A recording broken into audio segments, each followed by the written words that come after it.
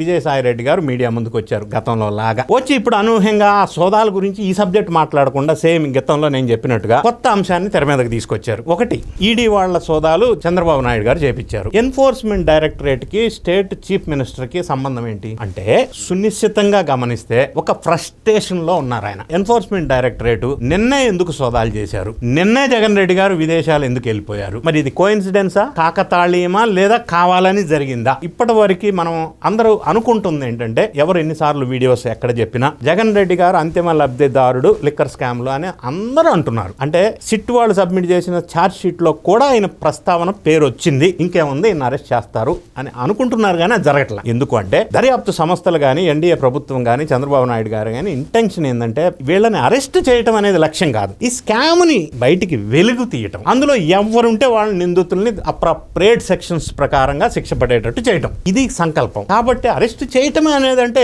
వచ్చి 2 సంవత్సరాలు అయింది, ఎంతో మందిని ఎప్పుడో అరెస్ట్ చేసి ఉండొచ్చు. విజయసాయి రెడ్డి అన్నట్టు ఈడీని చంద్రబాబు నాయుడు గారు ఇప్పుడే ఎందుకు పంపించాలా? అధికారంలోకి వచ్చి 2 సంవత్సరాలు అయింది, అందరిని ఎప్పుడు అందరి ఇళ్లలో సోదా చేసి అందరిని ఎప్పుడు అరెస్ట్ చేసి ఉండొచ్చు కదా. అలా జరగలేదే అంటే ఇంటెన్షన్ అది కాదు.